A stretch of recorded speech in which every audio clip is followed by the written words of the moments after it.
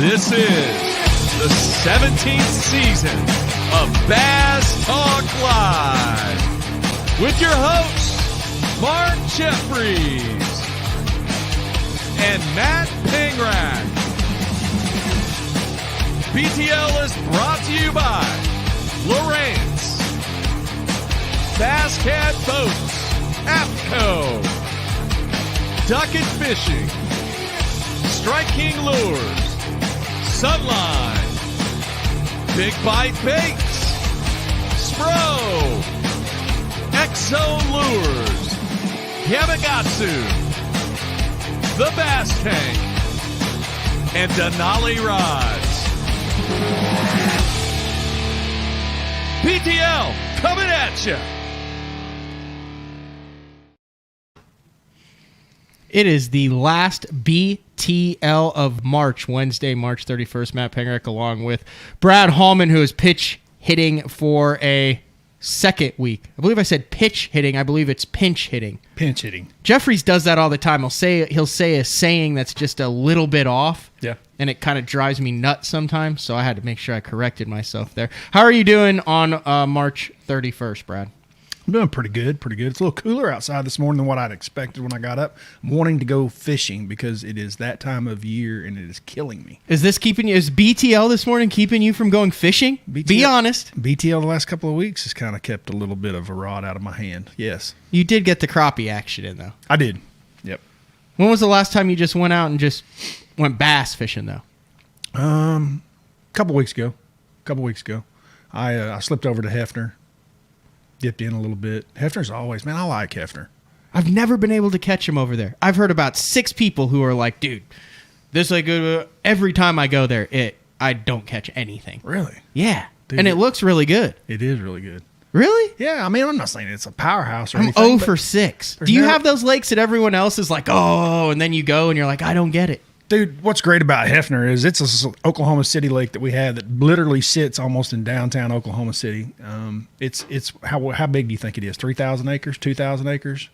Let's Something split along the those difference lines. and say 2,500. So it's got smallmouth in it. It's basically surrounded by a bunch of riprap. It's got some willow trees and some bushes in it. The cool thing is that there's all these joggers and golfers around and cars and traffic and people riding bicycles. I mean, you are in the middle of the metro, and high rises in the background. That's kind of a cool atmosphere that's different for bass fishing.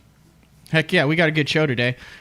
We have the latest Elite Series champion, Bill Lowen, who is experiencing what happens when there is not a tournament the next week following a win, and you get your first win.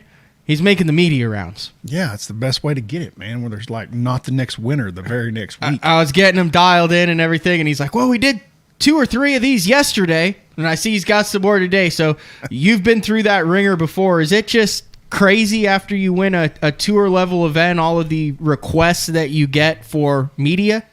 You know, I think it's different. It's just like you said, it depends on timing. I won Lanier, and the Bassmaster Classic was literally that following week. So, like, it was like, oh, here's your check. You got like a day. Yeah. A day of glory. You got a night. Well, what about Florida? Was there a back-to-back on that, or did you get a week to bask in the glory? Florida had a long time. Florida I did. It was the very first tournament of the year. Nobody else had started, and I got 3 or 4 weeks out of it. So, yeah. So, I mean, it's good. It's good for Lowen to get this. I mean, it's nice to be able to have a couple of weeks to where you're in the limelight. So we're going to have him on, talk about everything that has been going on. A couple of really solid seasons. I think finished 40th in the Angler of the Year last year, but was in the top 20 in 2019. When this split kind of happened with MLF, I remember, there were a handful of what I would consider veterans who stayed on the Elite Series and a lot of newcomers in. And I think we all thought, starting in that 2018 season, that we're going to see Lowen a perennial top 5 in the Angler of the Year for the next couple of years. But I'd like to talk to him about his versatility, because he's one of those guys like Tommy Biffle that we had on yesterday, who I think we put in a box as far as what his skill set contains. I think that's an interesting question. I'd be interested to hear some of this myself. Because, I mean, I'm like you. Most times when I see him, he's on the bank. He's got a swim jig, spinner bait, flip a stick in his hand. He is a shallow water guru, and that's primarily the only place we see him. So are there other places that he spends his time? Can you remember a time when Bill Lowen was drop shotting? I'm sure some stuff up north, but not just right offhand. No. Can you remember a time Bill Lowen was deep cranking? No. Can you remember a time Bill Lowen was throwing a swim bait? No. See what I'm saying there? Yeah. So the questions are: what do you do in Kentucky Lake in June? What do you do on St. Clair? Those are the questions. So we'll ask him that. In other news, yesterday, I kind of closed the show with a segment there on the Auburn bass fishing team and their suspension through the year due to COVID violations. To make a long story short, they'll be fishing again, and I believe it is April 22nd. That was resolved rather quickly. I knew that they had meetings yesterday with the university regarding their suspension, and this thing hit local, regional, and national news. And in the article, it just says that they will return to competition on April 22nd, 2021, following a meeting with school administrators. And then this is what the school said. That was still kind of harsh in their statement, in my opinion. It said the club committed multiple violations of Auburn's travel policy and was subsequently suspended for knowingly and repeatedly violating travel regulations. These policies, which have applied to all Auburn club sports teams, were put in place to lessen the risk of harm and or injury to the students, the public, and Auburn. Auburn administrators have provided no details about the violations, which we kind of went over what they were yesterday, whether they were intentional or unintentional. And then Logan Parks, who I've talked to a number of professional anglers and people in the industry, he's the president of the Auburn team. And I guess he's handled this really well. Like, really impressed some people that have gone above and beyond because of the responsibility that he's taken and how he has handled this situation, both on like a personal and a professional level. So then his statement: I am thankful that Auburn University and its administration were willing to listen to us and consider all the facts with an open mind. We have reached an agreement, and most importantly, the Auburn team is excited about being able to resume representing Auburn University as we pursue another national championship. That is awesome. Okie State, take note. Yeah, so I mentioned Oklahoma State yesterday, and they're in a very similar situation. And I got a call from one of the guys. They're actually, last night, I was talking to them for about an hour. They're on the phone. Or on the phone. I talked to him on the phone. Yeah, but imagine that. They're suspended for 2 years, and that suspension started last August. And there's just a lot of weird stuff behind the scenes. It's a very similar situation to what happened to Auburn. Right. They competed in a MLF collegiate event in Oklahoma during the summer. And this would have been last August or last summer. So they said, yeah, we'd been through the COVID violations. The tournaments had been rescheduled. We followed their COVID protocols. They admitted there was some paperwork that they hadn't filled out in the past, that the people had kind of been like, hey, I know it's fishing. It's a little different than just a standard form. You're good. But then they didn't fill out that paperwork. They fished. They ended up doing really well. And as a result, the money went back to their club. And then they were like, whoa, where'd this money come from? You aren't supposed to be fishing. And then, bam, arbitrary 2-year ban. It's harsh. But these kids like took responsibility for it and were like, yeah, we broke the rules, and I guess it's a 2-year ban, and haven't fought it. But there's a couple guys in that club who are upperclassmen who are graduating. There were 35 guys in that club that are now suspended, and they're like, man, we really want to see this club left in good hands. You know, we have a lot of distinguished alumni. This club, we used to have like a big Oklahoma tournament between all the different schools in Oklahoma, and they're like, we just want to know that this club is going to be okay when we leave and move on. So hopefully they will explore some avenues to possibly reduce their ban, their 2-year ban. I mean, they're already almost a year into it and have just taken their medicine. Yeah, it was highly impressive talking to those kids who, no malicious intent, well, we're going to fish anyway. It was just a complete misunderstanding, which ignorance is not a, what is that saying? There's another saying like that. Ignorance is not a excuse of the law or something along those lines. It was catchier than that, but I understand what you're saying. Yeah. So hopefully there's someone, I mean, if you're a lawyer who graduated from OSU and likes to bass fish, maybe you can get these guys reinstated. Yeah, it sounds like they need a little bit of help in their corner. Like you say, I mean, they've already sit out almost a year as it is, and I know those kids were a little bit felt embarrassed about it and just kind of shell-shocked by it and thought they would just take their medicine, but it seems pretty stern. But they, like us, said rules were rules, and, you know, they could use a little find the middle ground as well. They're a victim of their own success. I think the Auburn ruling would be something that they could use and help them in their favor as well. And the fact that this tournament was an interstate tournament, not an intrastate tournament, where they stayed in Oklahoma. Yeah. So, in other news, pretty much right at the end of the show yesterday, Bass announced via a press release that for the fourth time, I believe the fourth time in Bassmaster Classic history, yes, 2008, 2015, 2018, and now March 4th through 6th, 2022, the Bassmaster Classic will be on Lake Hartwell. Yeah, I saw that yesterday where they brought out a couple of guys, and that was a different announcement, wasn't it? I mean, as far as like the timing and when you do it, I mean, at one point it was during the Classic. How has that changed through time? I think there's a number of factors here. So I think sometimes they would announce the next year's Classic at the Classic the year before, but that kind of takes the shine off of the Visitors Bureau of the Classic where they're at. That's being like having dinner at a friend's house, and all you're talking about is the steak you're going to have at the other friend's house the next night. The next year. Yeah, like that gets a little interesting. Yeah, I can see that. Then they've done it at ICAST. The problem with that is it kind of gets buried with all of the press releases that come out at ICAST. Yep. And then you also run into, you've got other leagues that are scheduling. And you have some I thought about that. People that know what's going on at other organizations, and whether it's intentional or not. Yeah, I know. Somehow we end up on top of each other. Yes. So I think as soon as you get it done, as soon as you get delivered, you get that date out there. Yeah. So I think that's why on March 30th, 2021, we have the announcement almost exactly a year ahead of the fourth Bassmaster Classic on Hartwell. What do you think? We've seen Grand a bunch of times. We've seen a number of these fisheries that they've gone back to since 2008. This will be the fourth time that it's been on Hartwell. This is one thing that really crosses my mind. Right when I saw Hartwell, the guys over there that run that Chamber of Commerce and all the people involved in bringing tournaments there are extremely active, extremely involved in the sport of bass fishing. We have all this talk, right, about growing the sport, and different ways to do it. I've heard you talk about it. You complain about some aspects of it.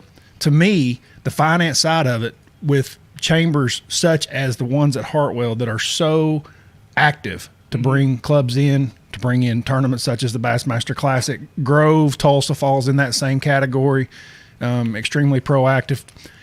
What is it going to take for us to make other cities and other areas realize that it could be that valuable to them, right? I mean, if they see value in it, there's value, right? Yeah.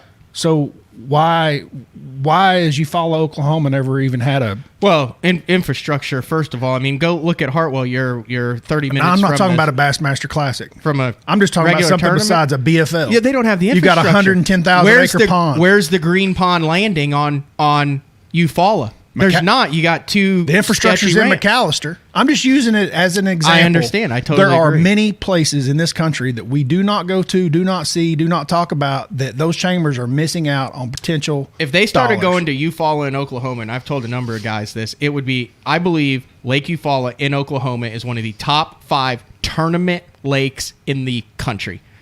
As far as its diversity, its size, as big as it fishes, the things that you can do. Bill Lowen can run up a river and flip, and Chris Zaldain can go throw a mag draft in 8 foot of water, and Hank Cherry can skip a swim jig in 3 foot of visibility. And they all can come in with 20 pounds. There are many places just like it. Watts Bar in East Tennessee. I mean, I'm just throwing some things out there. That is a massive lake that you do not see professional circuits or primary, even regional level stuff. I agree. But here's the thing that I do not mind about Hartwell.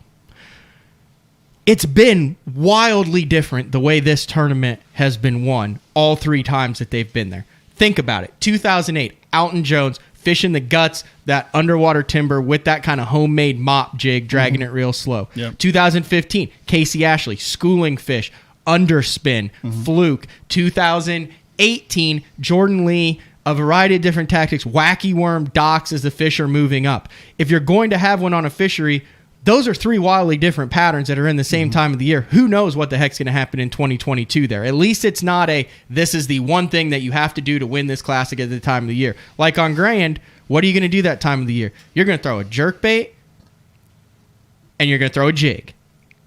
Yeah. And depending on the weather, maybe a spinnerbait. But that's pretty much how it's going to be won. Would you not agree? That's how it has been won. No, I don't Cliff agree. Pace and Edwin. And No, you can win it there, depending on time of year. I mean, right there where that is, it could be a crankbait bite. I mean, it could be a wigglewort win.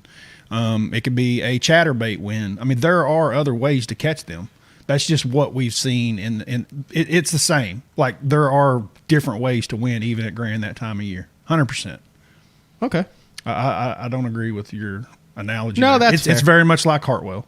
It could be won multiple ways. That's fair. Yeah, it could be. We got Bill Lowen. Bill's actually camping. I believe he said he was in Little Rock, Arkansas, and he had to hike a mountain or climb a hill or drive somewhere to be able to get cell service. So I don't want to leave him hanging too long. We actually have him in the queue, and we're going to bring Bill Lowen into the show. Now, Bill, do you have us? Can you hear us? Yes, I can. Can you hear me? We got you, Bill. Loud and clear. Awesome. You got Bradley? I'm sitting here listening to you guys. You guys are violent this morning. Well, I mean, just it's an educated discussion. I was wrong, though. Don't You can win know Grand that in a you number of can't different put- ways. You cannot put 2 fishermen in the same room and try to have an educated discussion because it never works out. It's interesting we're talking about that Grand Classic. Remember, Bill almost won a Classic on Grand. See, there's another example. He was in the back of a creek. Was See? that the same black and blue jig that you caught that 8-pounder on that you were throwing, or were you pitching some sort of little plastic in that one? Nope. I was catching them on that same black and blue jig and a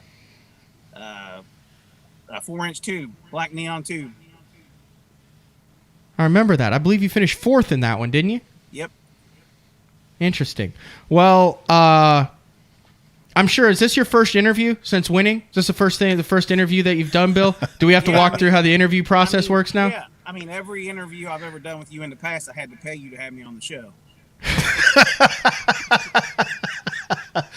That's not true. So, dude, you're like a week into this win. My first question is, what has it been like? It's been a long time. I mean, after the Derbies, you've had, I believe the stat was 9 top 5 finishes and 3 second-place finishes. But what is it like following your first-place finish?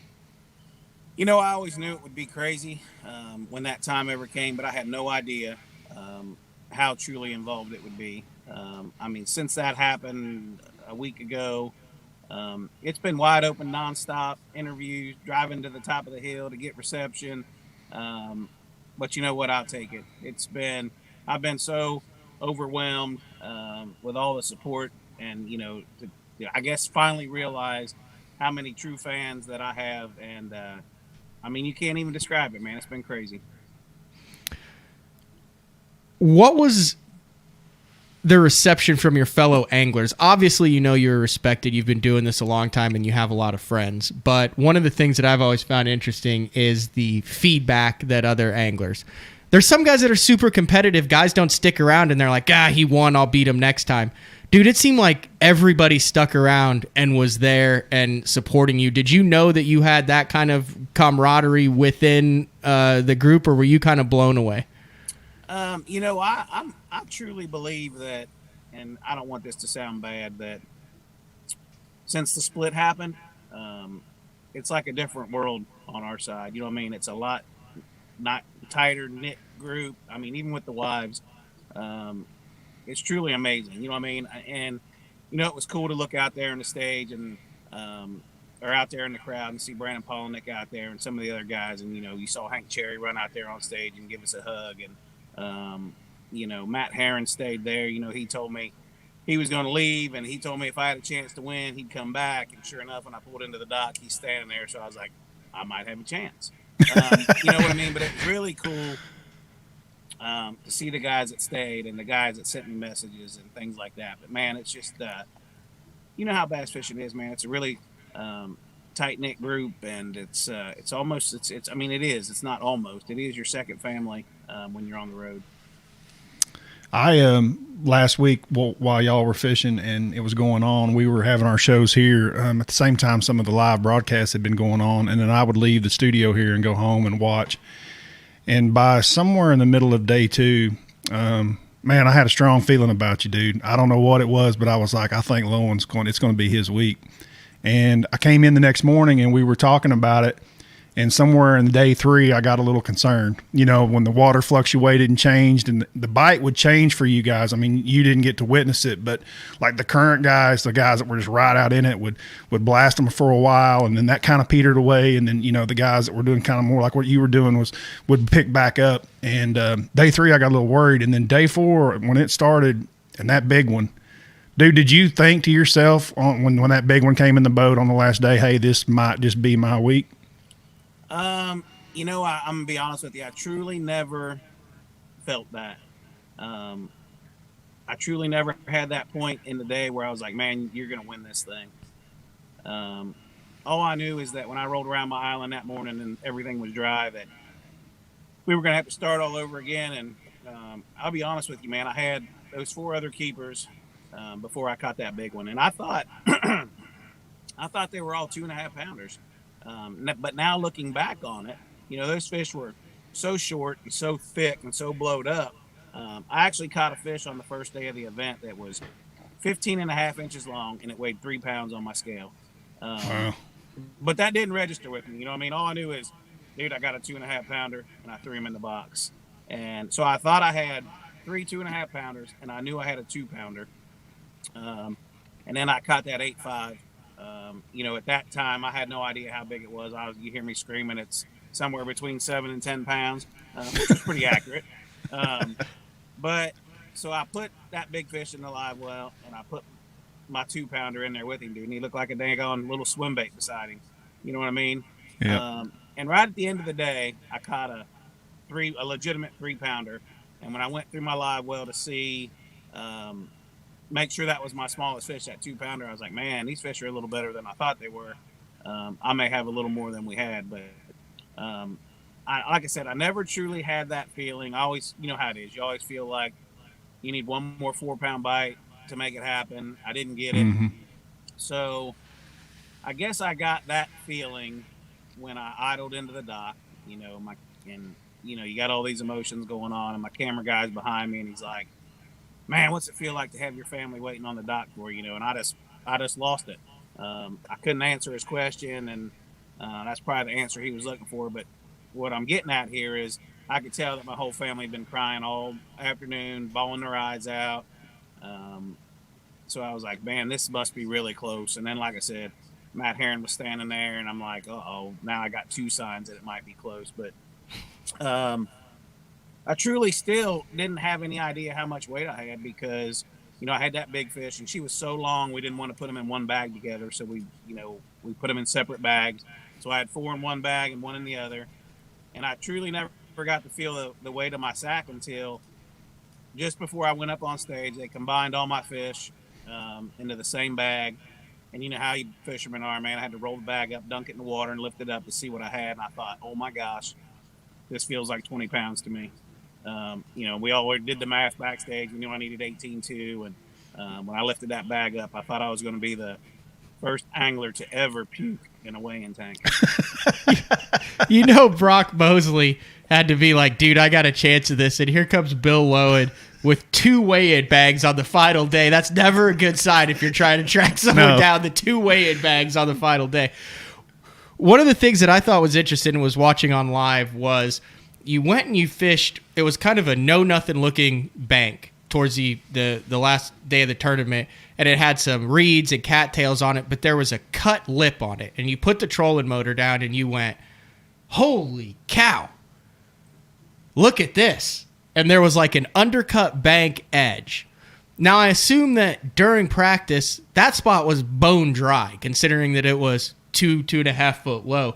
How did you find that during the tournament? And did you know there was an undercut bank there? Or was it one of those deals where you were just rolling down and got bit and weren't really sure why until the water went back down? Because, I would imagine it'd be hard to pre-practice in an area that's dry, knowing the lake's going to come up that high, and it's kind of a unique spot that you really can't see unless you're visually seeing it with your eyeballs.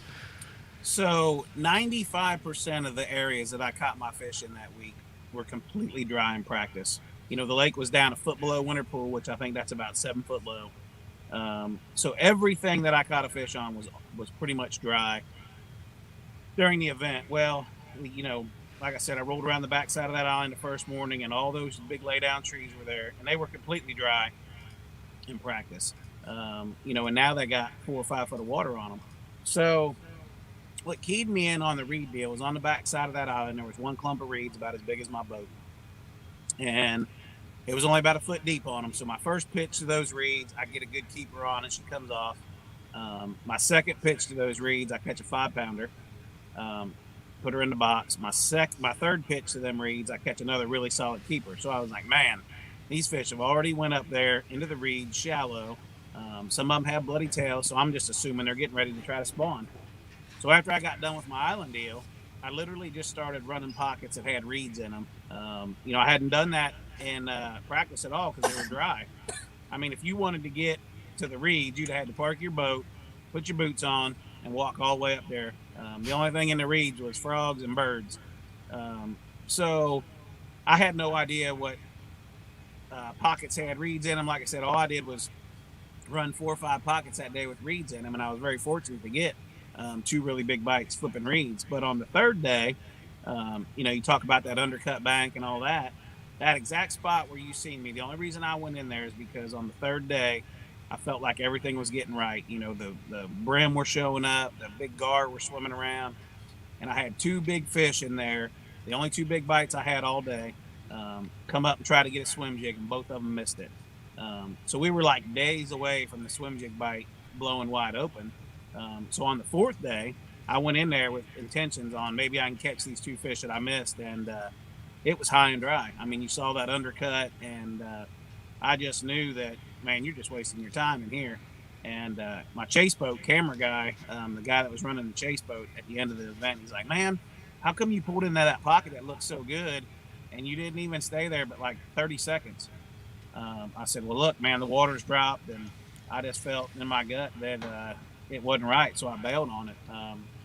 You know, and I think the whole key here is, for me this week, I listened to my gut, I fished in my comfort zone, and I just feel like when you do that, man, you fish to the best of your ability, and I couldn't ask for it to turn out any better than it did.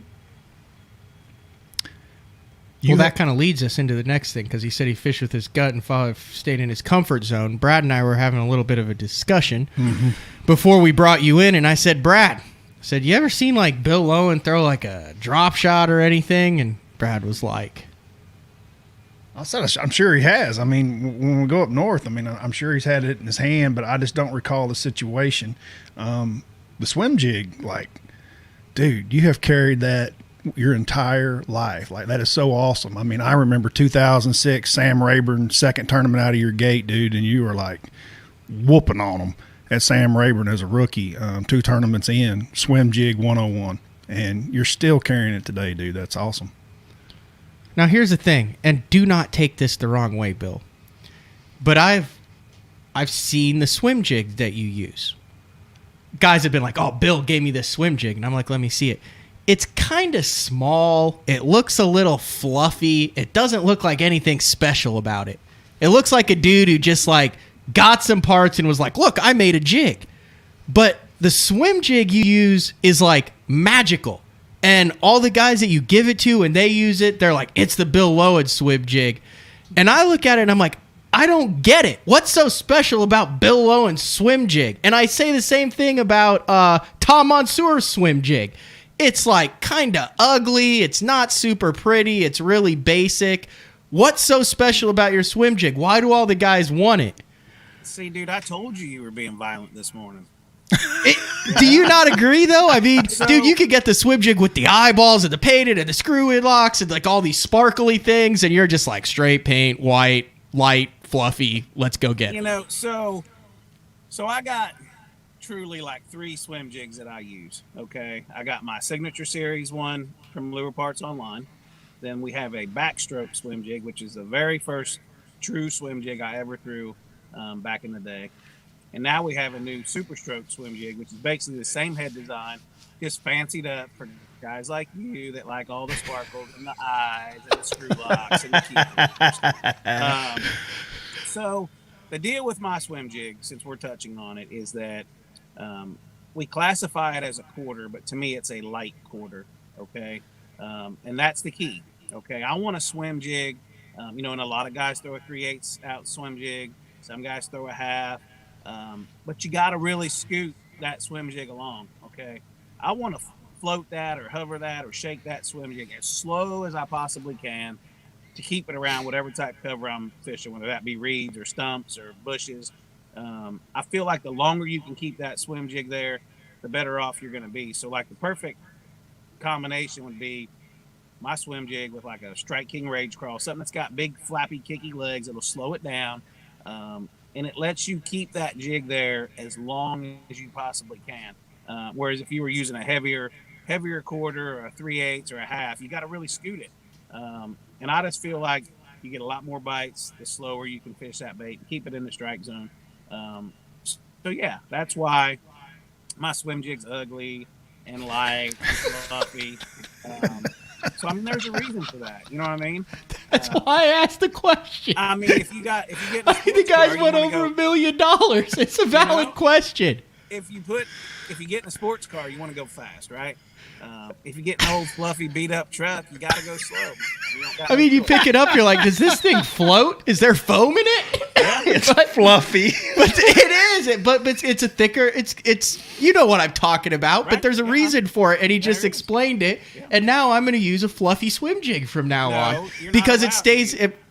It stays in the strike zone longer, just like he said. I'm going to use a big kicker You should tail tie on it. I- a fancy football head jig and try to swim that around. I totally get where Bill's coming from when he talks about the fancy with the sparkles and the eyeballs and the screw lock. Because, I'm like 5/8. because none of that really matters when it comes to a bait and a technique and it actually catching fish. It's those things are really there for catching fish. Maybe the screw lock, maybe if it keeps your but I totally get where you're coming from on that. Think deal. about the good swim jig guys. They're totally different though, because I know guys different than Bill that like the half ounce because they like that speed. Right. But it's different parts of the country. But a lot of those swim jigs are basic. They're all about the hook, the bulk of the skirt, and the weight, and they like a solid color. Yeah. Like there's not a bunch, like what I would consider the best swim jig guys of the world are meat and potatoes with their offering. Would you not agree, Bill? I would 100% agree. To me, it's all about retrieve and speed and, once again, keeping it there as long as I can. But that's just kind of the way I've always been. You know what I mean? Yeah, there's days when you got to scoot it and you may have to go up to a little heavier if I want to keep it down lower in the water column. But for me, day in and day out, man, I like to keep it up there high where I can see it. And it's hard to do that with a heavy jig. All right, we kind of got sidetracked, but the question was, I don't ever remember you deep cranking. I don't ever remember you. What was throwing a swim bait? There's just a number of basic things that everyone does, and Brad and I were kind of racking our heads like, when was the last time you've done that type of stuff, or do you literally live in your comfort zone? Because I was going back to the tournaments, and I was like, no, shallow. Do you stay in your wheelhouse all the time? Is his question. All through practice? I try everywhere I go to make my style fit the lake. You know what I mean? Whether that be running all the way up the river or fishing shallow. I will go out there and fish offshore when I feel like there's no way that you can have a shot up shallow. You know what I mean? And I'm really comfortable out there fishing deep with a big worm or a spoon or a football head jig, something like that. You know what I mean? When we go up north, I got to go offshore and fish a drop shot and things like that. And you'll love this. In my career, since I've started, I've weighted one bass on a deep diving plug. Wow. On a 6XD. And I don't even know if we can count this as a big plug fish because I caught it off the corner of a causeway on a riprap. So I don't even know if that counts. You know what I mean? But I've weighted one fish on a big plug. Now, when I say big plug, I'm talking about, 5XD or bigger. So yeah, man, when I tie that big plug on, and it's just because of where I grew up fishing, I don't even feel like I'm going to hit the water when I throw it out there. Um, but with that being said, man, I typically try to stay in my comfort zone. I mean, look at guys like Denny Brower and some of your shallow water masters that's how they made their career. And I mean, now, I mean, in theory, that's how I've made my career. You know what I mean? Sticking to my guns. There's always going to be shallow fish. Are they going to be the fish to win? Maybe not. But chances are really good. There's always going to be shallow fish. You typically can get paid on them. And like I said before, man, I feel like when you're fishing in your comfort zone, you're going to fish to the best of your abilities. And when things go wrong, you've seen that situation so many times, you know how to get out of it. When I'm out there fishing deep and things are going wrong, man, dude, I don't have a clue how to get out of it. My way to get out of it is get my flipping rod out and run to the bank. So, yeah, I mean, in my career, I've basically stuck to my guns, and it seems like it's working out all right. You know what I mean? So we're going to stick with our guns. Just okay. It's just okay. Just work it out my okay very there for you, first year Bill. on the tour, all my buddies back home said, dude, how are you going to go out there and fish on the tour? You've never been away from home. You've never been anywhere. And I said, look, I'm going to go fish my style. It's either going to work out or it ain't. If it don't work out, I don't need to be there. And I think my first year I finished 25th in the points, qualified for the Classic. Everything worked out. My second year on tour, I did not do that. I tried to fish deep and listen to the dock talk, and I believe that was my worst career finish ever. So I said since then, man, I'm going fishing the way I know how to fish, and we're either going to win or we're going to lose. Well, we've come dangerously close during this last little segment. I was going to see if we could get through an entire interview with Bill Lowen without mentioning the Ohio River, and he alluded to it multiple times, but has not said it. So we'll move on from that, because I don't think you've ever had an interview where that has been a topic of discussion. Right. I mean, you've made that place famous. Yeah, that place is really, I mean. Oh, now we're going to talk about it. Well, I have to, because I know quite a few anglers that come from there, and Bill comes from that same cloth. Those guys, that's not an easy place to get bit. And those guys know how to. I'm not talking about grind for four fish may win a tournament, not five. No, I fished it from Illinois. It is. We go down there and fish it. Terrible. Yeah. And Bill brought all that with him, how to get fish to bite in places that were not easy to get bites. And that was him from 2006 to now. Like, he hasn't changed, and I think that's really cool. We were talking last week, Bill. As soon as you won, you got to be up there for the Sabine River now. I mean, you've got a win under your belt. You've cracked that code. Does it feel different now going to another fishery where you're, instead of like, oh, I might have a chance to win this one, you're like, I've already won one? Like, do you feel like you learned anything from the win that now you can take into the rest of them and string a couple of these together? I think what I've learned from the win for sure is, and I've always been one of those guys that listen to my gut feeling and, hey, maybe you should go over there. But some things happened last week for me that, like, probably wouldn't have happened in the past. Like, when I come around the backside of that island and things were dry and I didn't stay there very long and I pulled the plug on my primary area, in the past, I would have probably stayed there and used some Ohio River mentality of, man, I can make these fish bite. But for whatever reason, man, I just had that feeling that it was toast and I needed to start over again. And I listened to that for once.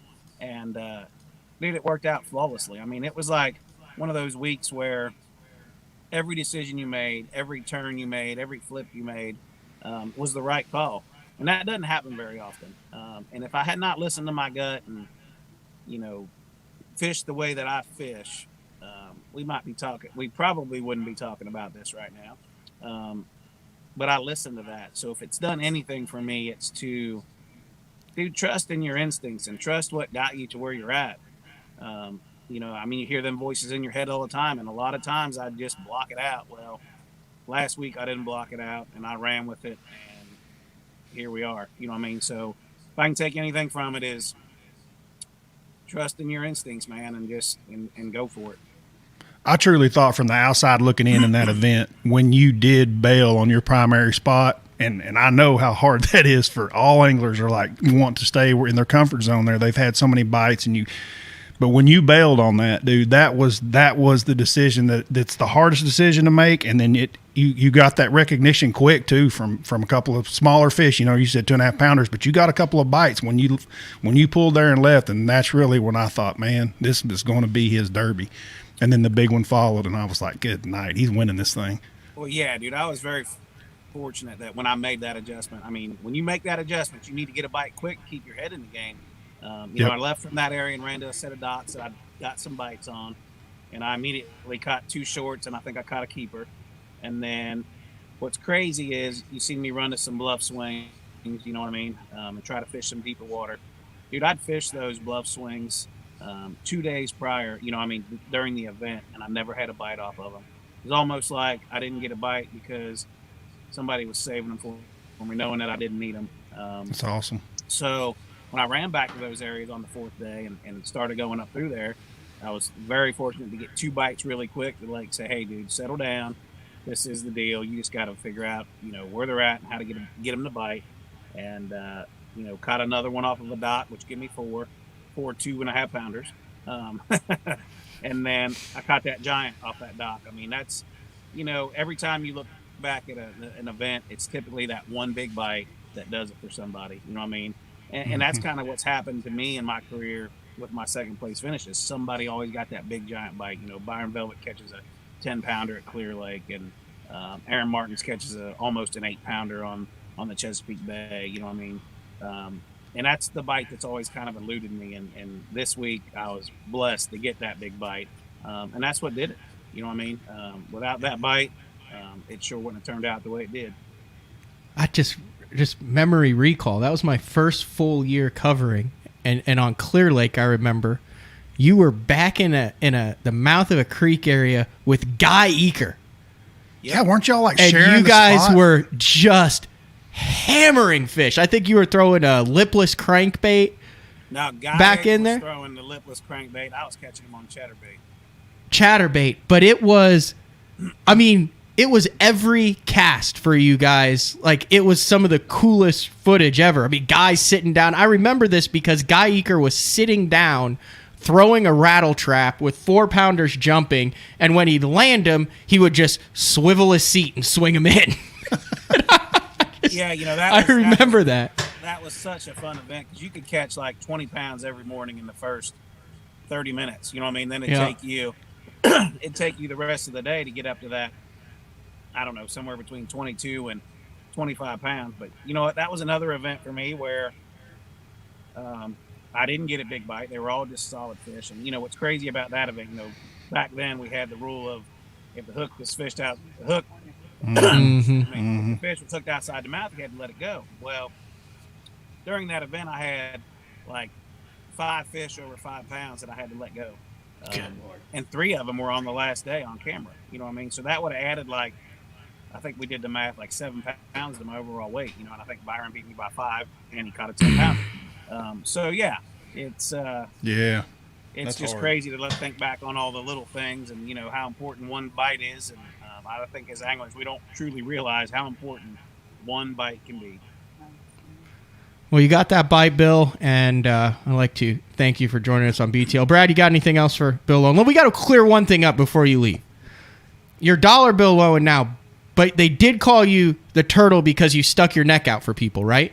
That was where that came from, because you're always willing to help people? That's what my wife says, yeah. Okay, so that was right. I said that on the show, but then I was like, I don't know how I know that, but I'm not sure if it's true, so we just went... You're a stalker, man. It's my job, Bill. It's my job. Yeah, I know, and you're pretty good at it. Thank you. And you're pretty good at your job, too. You got anything else, Brad? I do not. Wonderful to talk to you. Congratulations. Happy for you and your family. Dude, that was the other thing that hit me when I watched that. Your family has been there from the beginning yelling and screaming for you, dude. It's awesome to see that still. That is great. It truly was. You know, I'm truly blessed that they get to travel the country with me. You know, we camp in the RV, and Jennifer homeschools the kids, and we travel all over the world together. That's all they've ever known since they were born. And, you know, yeah, it was an awesome win for me, but for them, it means just as much to them as it did for me. And I'll be honest with you, I believe I wanted it more for them than I did for myself, because, man, they've been there through the struggles and the long nights and the tears and the joys. And it was just a big win for everybody involved. Well, congratulations to all of y'all. Thank you for coming on with us, too. Well, I appreciate Thank you, Bill. it as always, and thanks for having me. Take care, man. That was the latest Elite Series champion, Bill Lowen. We kind of gave him a little bit of time to digest that. It's kind of hard to get some of the, we were supposed to have the post-game show, and obviously with Jeffrey's accident. Hopefully he's still going to return tomorrow. We're waiting. He's got a doctor's appointment today. But it's always nice to get the guy on to talk about the W. That's an incredible win, too. I mean, to scrap everything that you've been catching them on for 3 days and to pull the plug and fire up the motor and go somewhere else. It doesn't always work out. It's a risky move, but awesome for him, and congratulations. I was trying to think, that first win, do you feel like the majority of guys get their first win doing something that's in their wheelhouse? And you would have to go back and look. But you know how there's tournaments. If you look at what Gussie was doing, that was in his wheelhouse when he won that. You look at what Bill Lowen's doing.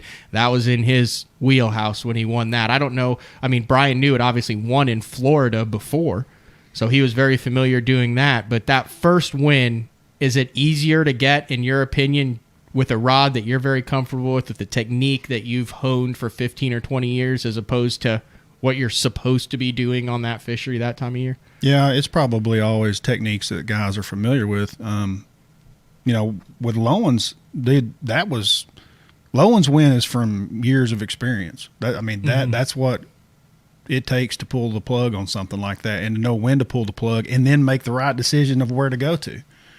And he's absolutely right. He got a couple of bites quick when he made that move, and I'm sure that helped him mentally. But dude, it was a fine fish tournament. I mean, as good as it gets.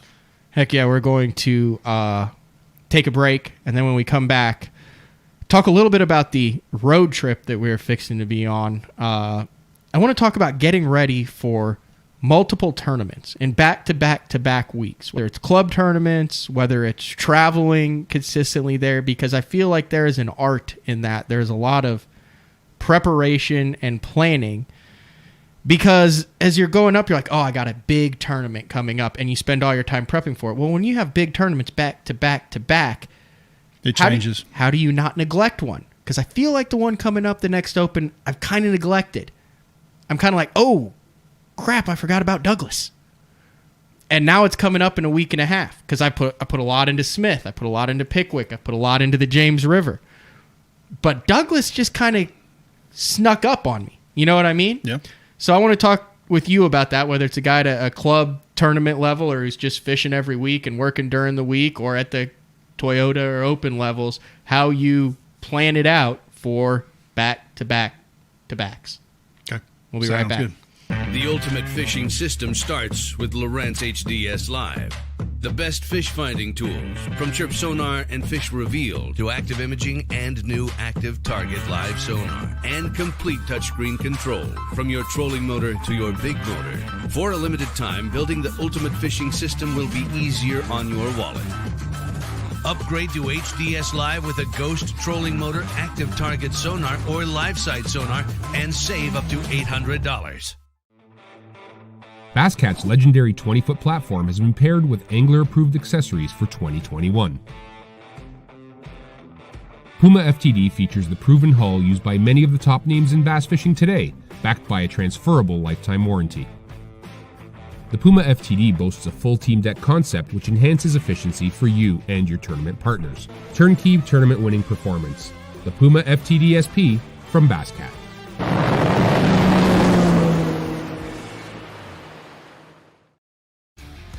Let's face it, fishing electronics are no longer an afterthought. They've become a necessity.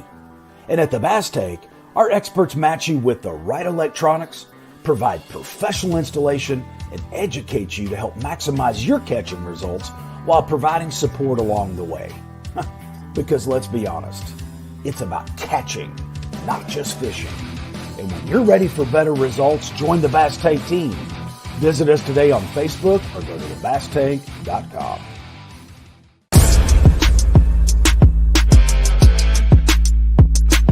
You've been waiting all week for this. And Sunline wants to make sure you're ready for it with bulk spools of all your favorite fishing lines. Oh, it's so fun.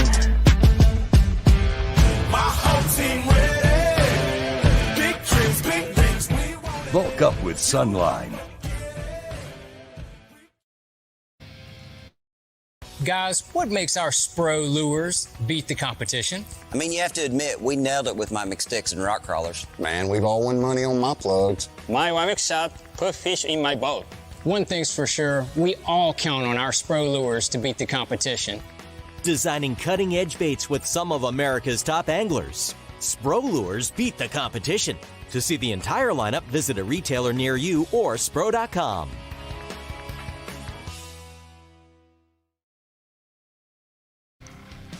Pro-inspired, pro-designed. Tested and proven by legends on the water. Dominating the tournament trail for over 50 years.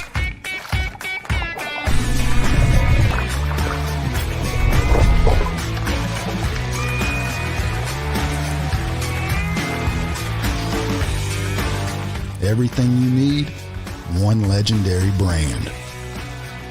Strike King. Hey guys, Major League Fishing Pro, Jacob Wheeler here with my new Signature Series line of rods with Ducket Fishing. We have my 7.2 cranking rod right here. Crankbaits can be very fickle, and having the right, having a lot of tip can be too much, and having not enough tip can, lose a lot of fish. So you really got to be careful. If there's one or two techniques that I'm really adamant about having the perfect action as a crankbait, especially like a square bill, a DT6, those medium running crankbaits in the springtime when those fish's mouth are pretty tough. That's when I'm really on top of having my actions just perfect.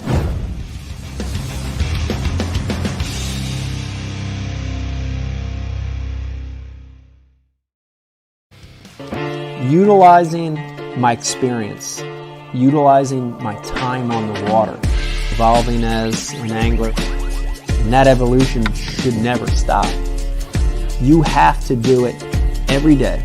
From when you wake up in the morning, you got to be thinking about continually changing every minute, every cast. That's really the premise of fishing the moment.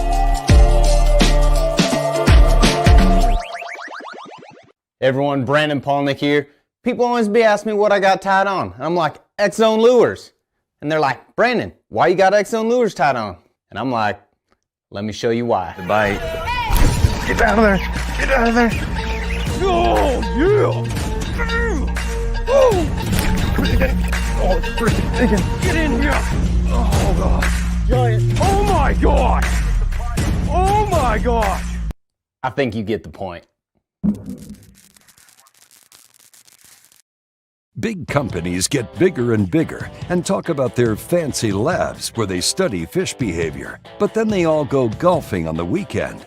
We don't have a large laboratory to test baits. Why, you ask?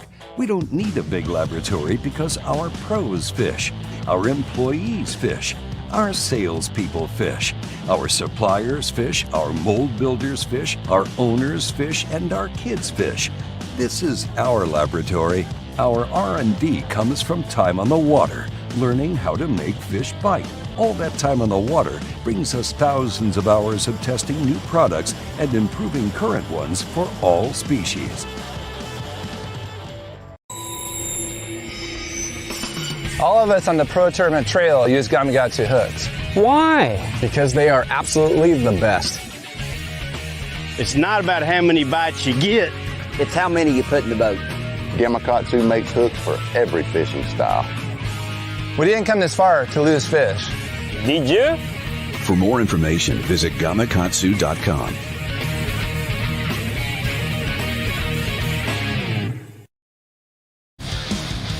We're back for the final segment of Bass Talk Live on a Wednesday. Just talked with Dollar Bill Lowen after his first win on Pickwick. And Brad, you don't think I offended the man with my description of his swim jig, did you?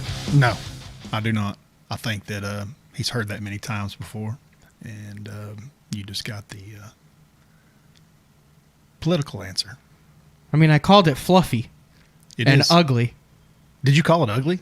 I think you did call it ugly. I think I might have. I might have to go back. And I said it was unimpressive and that it didn't look good and it was too light and it was a single color and was not fancy. He's made a lot of money on that thing. But I said that all, I guess, as a compliment because of how much money and how much damage he has done with that thing in his hands. I've been in the boat with other guys. Like I said, other guys who were like, Bill gave me 3 of these. Yeah. And they're like, do you want to see them? And I'm like, yes. And they pull it out and I was underwhelmed. But they were overwhelmed with the beauty and simplicity. Now, like you said, I guess they've got a fancy one now. He's got a signature series out there. And I'm sure the fancy one works just as good as the plain one. Mm-hmm. But I get the whole idea of the flutter and staying in the strike zone longer and keeping it in their face longer and going slower. I do totally agree with him. Does he win another one this year? It is very possible. Because then that wheel starts turning. Things going his way. He's got the momentum. We all know how big momentum is in this sport. And he has got it going his direction for sure. All right. So this is an issue that I'm running into now that I'm stacking tournaments on top of each other. And I feel like there's other guys who have this issue. I see some guys on the instant feedback who are saying, hey, I'm neglecting Table Rock because I've got another tournament this week. Yep. You've been doing this a little while. How long have you been doing this? 20 years? I started with Lowen. We were both rookies in 06 on the Elite Series. So 15 years, but you had a little bit of a hiatus. I had a gap in the middle. Over a decade. Yeah. How do you stack tournaments together without neglecting some of the tournaments as far as prep, especially when they're tournaments where there's a lot of money on the line, there's points on the line, and it's not just a jackpot deal where it's like, we'll just go see if we catch it, and if we don't, I'm really focused on Grand next week, not the Fort Gibson this week. When you have to catch them every week, how do you prepare? You want to make sure your truck's packed with all of the necessities, because when you go from somewhere that's a grass lake that requires, those are the hardest turnarounds. If you go from somewhere that's just a grass place to a rock hole, because the grass is going to have a lot of braided line, that type of stuff, where when you get to the rock, all that stuff that you had tied on the grass is not going to work on this lake here. The guys that do the best, so this is something that you see with older guys, more experienced, they handle that grind, that travel better.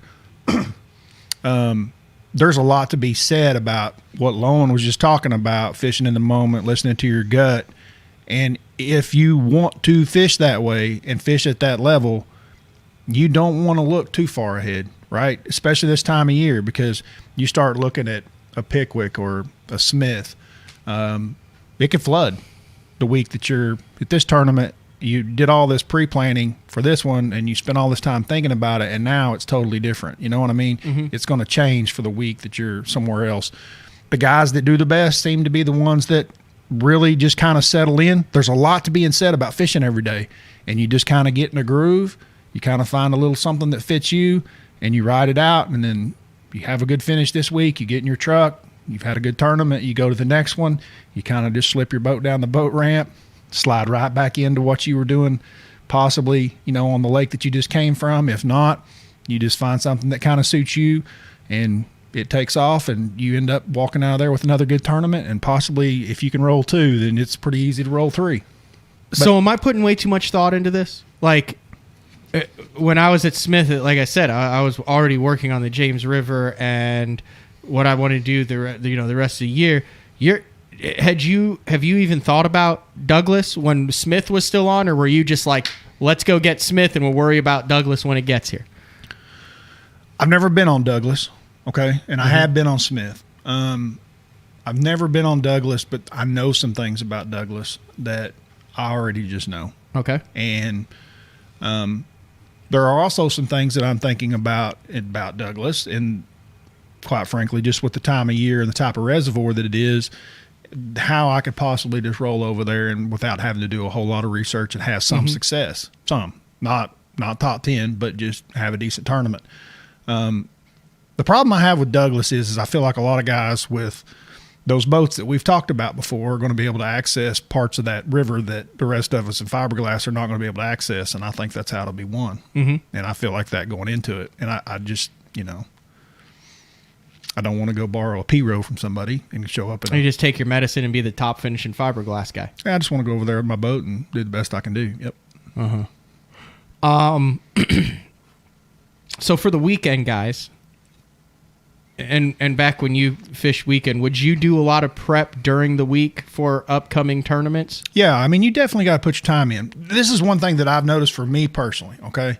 And this is not for everybody, but if I have 20 different rods rigged up, they don't have to be on the deck, just rigged and in my box, ready for a certain situation, a different type of bait, a different type of whatever, something that's just a change up from what I'm standing on the front deck throwing at the moment. If I have them tied on and ready to go, rigged the correct way, rods on the right action rods, the right line sizes, the things that would perform with that particular technique, I'm much more likely to open that rod box in practice and try more things in that area that I'm already in. But I find myself, if I don't do as much prep work, when I show up and I've got 6 rods on the deck, I find myself just running around trying to make those 6 rods work. And dude, it's scary. Sometimes you can run around for 3 days and you still got those same 6 rods on your deck and you really haven't had a lot of success. That really hits home because that's kind of what I did in Florida. Remember that? I had like 4 or 5 things, and then I had that big pile of rods, and I put it in the boat, and because I'd done a lot of prep work, but I hadn't rigged. Yeah, I didn't have them all in there to where when I wanted to pull it out, I said, I'll do that tonight, and then it goes. I'm gonna run a theory. I'm gonna run my theory past you. It's kind of one of my out there theories, but I want to see how valid you think it is. So getting ready for these tournaments, we'll just pick a Bassmaster Open, and I believe this is the way success works. Outliers, like you do average stuff, you're gonna have average results in life at anything. Would you agree? Yeah. You're doing the same thing everyone else is doing. It's hard to separate yourself. So when it comes to pre-practice and or lack of practice or preparing for a tournament, I think there's a couple different ways to stand out. One is you either become completely and utterly obsessed with it to where you have every rock turned over, you do more research than everyone else, you have every other option, and that sets you apart because of how much homework you've done as far as Google Earth map study, talking to different guys if there's no off limits, bait, tackle preparation, off the wall patterns, history of tournaments. There's many guys on tour that are very successful that have that exact pattern. And taking it to the extreme to where you're spending 12 to 15 hours a day. Then the other one is, I don't want to know anything about the lake. I'm going to focus on getting in a groove fishing. And it doesn't matter what lake I'm on. A bass is a bass. I'll figure it out when I dump the boat in. I don't want any preconceived notions. And it's not that I'm lazy. It's that I want to look at it with a fresh set of eyes because everyone else goes there who's doing all this research expecting something. And it's easier to find something off the wall and a winning pattern if you go in expecting nothing and then fish what the lake gives you. Right. So that's the opposite. So you have the extreme prep and you have the no prep. Can I throw something in there on that no prep deal? That no prep guy can't be a guy that's going out there with 50 rods and trying 50 different things from one end of the lake to the other. That guy doesn't work. It has to be like the Bill Lowen type. Mm-hmm. That's that guy. Yep. Because he already knows what he does. He just needs to find the water that suits his style. And then that amount of water is going to be limited anyway on most reservoirs, right? Mm-hmm. Not every lake's just going to lay out where like everything on there is what. So that being said, it's got to be that kind of guy. It can't be the guy that does all the research and all the work. That's the guy that's got 50 rods rigged up and he's willing to fish from the dam to the top of the river. Okay.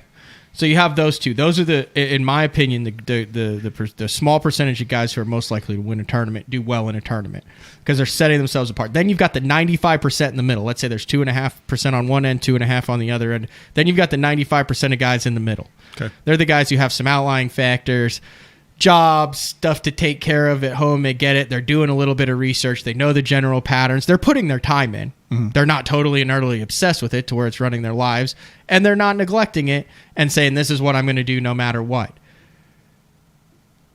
I think it's really easy to fall into that 95% group of guys as far as, I'm kind of prepared, but I'll figure it, but I have preconceived notions. And then you end up with everyone else. And I think over the last couple of years of fishing the opens, I've seen that it's real easy to get into the herd mentality in the opens. Mm-hmm. And then yeah, you still have your decision making. I'm not saying you can't cash any checks doing that. You might have a top 10 and win a tournament. But as a whole, by preparing and feeling prepared, you're becoming everyone else. Mm-hmm. And everyone has the same group in the same baits with the same prep in the same areas. And now it's really hard to separate yourself. I would agree. I think it's interesting. And you watch the guys who win. It's the guys who, the same thing with the guys who win are either guys who understand everything that happens and the risk factors and are next level on it, or the guys who are like, screw it, I put my boat in and go. And they don't even, like, it doesn't bother them, the financial, the risk, any of that stuff. Those are the two extremes of guys who seem to do really well, and the rest get caught up in this washing machine in the middle of tug and pull. And is this a smart decision? Is it not? How much time do I do on this? Do I not? It's something that I've been torn for a long time. I mean, which one is the best avenue to go? Is it the total obsession where you spend all of your time doing nothing, just ridiculous amount of hours doing research and looking back? There's a lot of those guys. Like, it's more than 2%.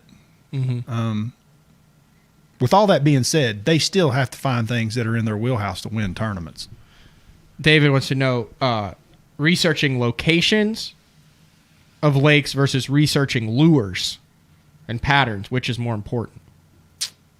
Lures, baits, or locations? This is what I would say, and I feel like I'm correct on this.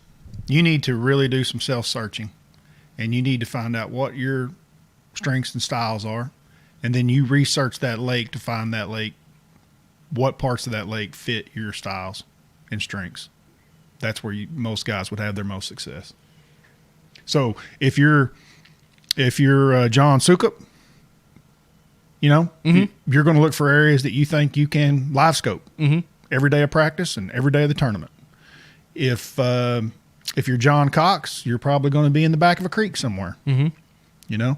If you're Kevin Van Dam, it's probably somewhere you can jerk and crank and wind and throw more cast than any human possible on the planet. So if you're a dock guy, you're going to, and it's not a dock lake, but there is one cove that has docks in it. Oh, that guy will find those docks. You're going to start on that, and it doesn't matter that it's only 5,000 acres out of the 100,000 acre lake. You're going to. So this is within reason. This is where I see guys make mistakes. A good friend of mine from down in Texas, the Rayburn area, he's a really good frog fisherman. We fished I don't even know what tournament it was. It was a championship of some kind, and we were on the Ohio River right below Kentucky Lake, and he spent a lot of time at practice with a frog in his hand in that current. It's a smallmouth generated below the dam, and he's like, dude, I caught a 5-pounder on a riprap on a frog. They'll eat it. I mean, you don't want to be that ridiculous, right? Yeah. But now, with that being said, there were places for him to go throw that frog. It just wasn't below the damn tailwater where he caught a 5-pounder, which is where the majority of the bigger fish live in that place and where that event was won, on an A-rig in the middle of the river. So anyway, you get my point. Yeah. You don't want to take it so extreme that you're naive about it. You don't want to do things that you've got to know what you are looking for. You can't say, oh, well, this is my strength, but it's kind of, you don't totally understand that. I guess last thing I want to talk about, and then we'll wrap it up for a Wednesday, the last show of March, is safety-wise and running a lake-wise when you're going to a new one. If it's a sketchy fishery that you haven't been on before, do you spend an extra day? No. Running has always been my least. Dude, I have practiced on places many times, I can't even count, where we've got I put in, I'm staying 25 miles away down lake from wherever that takeoff is, and I don't go run that thing and look at it. I don't care. I'll figure it out on tournament morning when they call my boat number. I'm getting in behind somebody, and I'm gonna drive down that river or lake or whatever. I'm not concerned with anything. Now, I one tournament, we went out of Seminole, and I had never been there before, and it's a pretty good long run out of that river. Kind of sketchy, isn't it? Yeah, and it was foggy, like bad. And you'd never been there. And I'd never been there. And you were leading the way? And you couldn't see anyone else? No, I wasn't leading the way. But couldn't see anyone else? It was a situation where we had a fog delay, and it cleared where we were, but we just got a half a mile down the river, and it was just socked in the whole way. And it was one of the most dangerous situations I've ever been in. What happened is right when I got to that fog, I realized I had Larry Nixon in front of me, the general. And I was like, because I mean, you couldn't stop. If you stopped, there was 100 boats coming behind me. And it's a very narrow river. It's really not that wide. I got in behind Larry, and I knew the guy that was behind me. I turned around and looked behind me. I knew who that was. And I thought, well, he won't run over me. So I got right on Larry's cowling, and I followed the general all the way out of that river. And I'm telling you, I was scared to death. I had a coingler that was over 80 years old that morning. He was all about it? He was like 82 years old. Was he all about it? I didn't know that until we got there, and I was like, whoa, was that not the scariest ride you've ever been on? He's like, well, it was dang sure the foggiest. And he's like, I'm 82 years old. I'm like, you're 82? Anyway, it was a hairy deal. Did you spend more time when you were younger in your career? Did you spend more time worried about navigation on fish, or have you just always been not ascend it completely, but you're just, I'll figure it out and I figure it out? You know, a lot of guys that listen to the show or watch some of my stuff know that I kind of grew up in two places with divorced parents. So I spent my young years growing up fishing on Watts Bar in East Tennessee, which is a TVA impoundment river system technically. And we were up in the Emory River in Harriman, which is the narrow river end of it. And I spent a lot of my time growing up understanding what channel buoy markers were, the red, the green, which sides to be on, how river channels run, sandbars, that type of stuff. Mm-hmm. Now, with that being said, I've still done some stupid stuff through the years. I mean, I put it on a sandbar at the Mississippi River once during the tournament at takeoff and had to push out of there, and it took an hour and a half, and it was hairy. I'm always a little cautious. Like, if I know I was making a run, I like to have a trail. Now, I won't always just be like, I'm going to put in at the main boat ramp and I'm going to run up and get my trail. But over the course of practice, like let's say I find some place I'll be like, okay, I'll run out in here, and then by the end of it, I'll have a trail there. Even if I haven't run it all straight through. I recall situations with you being around you through the years in tournaments where you had practiced at one end of the pond like I'm talking about, and we were going out of another, and you were telling me that part of your one day of practice was going to be navigating from takeoff to down there to where you thought you were going to fish the event. And I think that's a waste of time. I think I told you that then. But I understand. I mean, if guys feel like they need that, I totally understand. I do. I get it. I've spent a lot of time driving a bass boat, and I feel comfortable, but well, so do I. But here's my deal is let's say I'm an early boat draw or a late boat draw, and I've got a ton of boats around me, and you're looking at the map, and you've got maybe an island on a river fishery, or there's some standing timber at some point, or you have a turn. I want to be able to not have I want to reduce the level of anxiety. I want to be calm, so I want to be able to know, you know what I mean? And in my head, if there's a spot that I really look at the map and it's like, well, which way do you go around here? Or someone's like, hey, you have to shoot to the left side of this buoy or whatever. I want to visually see that, because once I see it, there's no anxiety. And if it takes me 30 minutes or an hour to reduce that anxiety and increase my level of confidence, I think that's worth it to me that I take out of the fishing. And I understand that. I do. And there have been times that I probably should have. Santee Cooper comes to mind as the craziest one that I ever got into, but that wasn't by choice. I intended, I'd never been there before. I spent my entire practice down on Moultrie, which is the next lake down from where we took off. Santee Cooper, for you guys that don't know, is basically a lot of stumps, a lot of trees. That Bass said, hey, come to Santee Cooper. You'll lose that mentality fast. Right. So this is somebody from Santee Cooper. So let me tell you my Santee Cooper story, because he is correct. That is not the place to do it. What happened at Santee is I intended to spend the very last bit of practice trying to learn how to navigate to get down through that canal that goes from takeoff to the canal on Santee before I got down to Moultrie, and I don't remember the name of the top lake. But anyway, great event. I actually found the largest bass I had ever seen in my entire life on a bed spawning that was so aggressive that it would chase the trolling motor. Like, it was a no-brainer whether it was going to bite. It was just, am I going to be the first one to it? I blew my motor up. Oh my gosh. At like 11 o'clock in the morning of the last day of practice. And so I spent all my afternoon just trying to get back. John Cruz actually gave me a ride back towards the end of the afternoon, gave me a ride back to the other boat ramp to get my truck. And anyway, I never got to run that part of the lake. So I've never seen it, right? Mm-hmm. And I've got a 10-pounder that I want to start. This is an Elite Series event. Yeah. And there's no putting around to get down there to this fish. And I drew out like boat 20 or something. I mean, it's a decent draw. It's not a bad draw. Mm-hmm. Got a fair shot at it. I draw, for some reason, they didn't have enough co-anglers in that event, and they had Bass had to call, get a couple of local guys to come in, and I had drawn one of the local guys that apparently everybody around there knew was a pretty good fisherman. He'd actually won a weekend tournament, a big one, like the weekend before. Mm-hmm. He gets in my boat. I'm telling him this stuff, and I'm like, "Hey, man, I've got this fish. I'm gonna run straight to it. You can't give me any information, right? Like zero. But I am giving you fair warning right now. I do not know where I'm running. Like, I know where it is on this GPS, and I know the track. I'm getting behind guys, and I'm going. I know out of 20-something boats, somebody in front of me is going to Moultrie. So I'm following that boat. I said, but you can keep me from killing us. Mm-hmm. Like, if you see me running into a tree forest that I'm not seeing, bump me and get me out of there, And he's like, all right. So I put it on pad and we go. And I mean, I'm going. And I've got 2 or 3 boats in front of me and I'm following. One pulls off, another one peels off. And then I've just got one way off in the distance. But I'm trying to stay on that trail. And I've got, I've got ears laid back on and I'm running 70. And he goes to bumping me. He's like pointing to the left. So I veer to the left, and we go on down through there. And I think that was the only time he bumped me. But when we stopped and we got to Moultrie, he's like, you weren't kidding. You don't have a clue where you're going, do you? And I'm like, no. And he was like, dude, we would have died.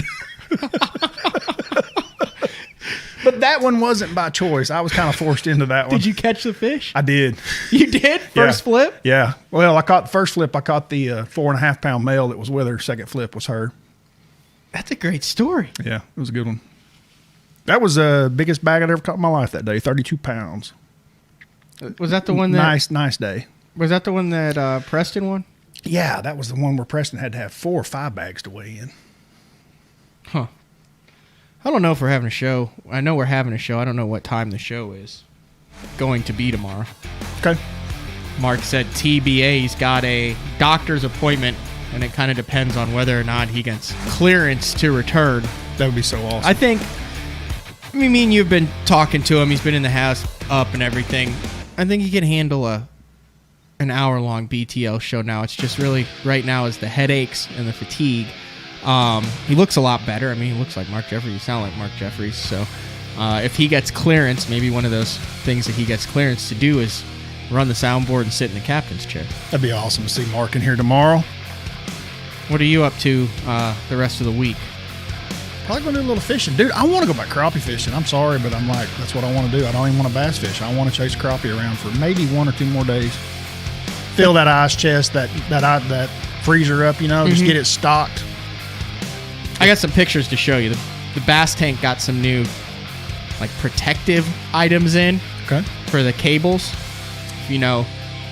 Off air, I told you I've had some issues with getting some very expensive cables from my trolling motor stuck in the bracket. Mm-hmm. Bad deal. Yeah, and I was talking to John and Zeke and Darren and Scott over there at the bass tank. They're like, "Whoa, we just got these new sleeves in that will 100% eliminate that problem." So I have a combination now of the bass tank Velcro, the bass tank, I don't know what they're calling them, jackets, sleeves. They're kind of like Lululemon spandex for your cables. Protect your cables. Yes. Yeah, those front viewing cables are quite expensive if you cut one.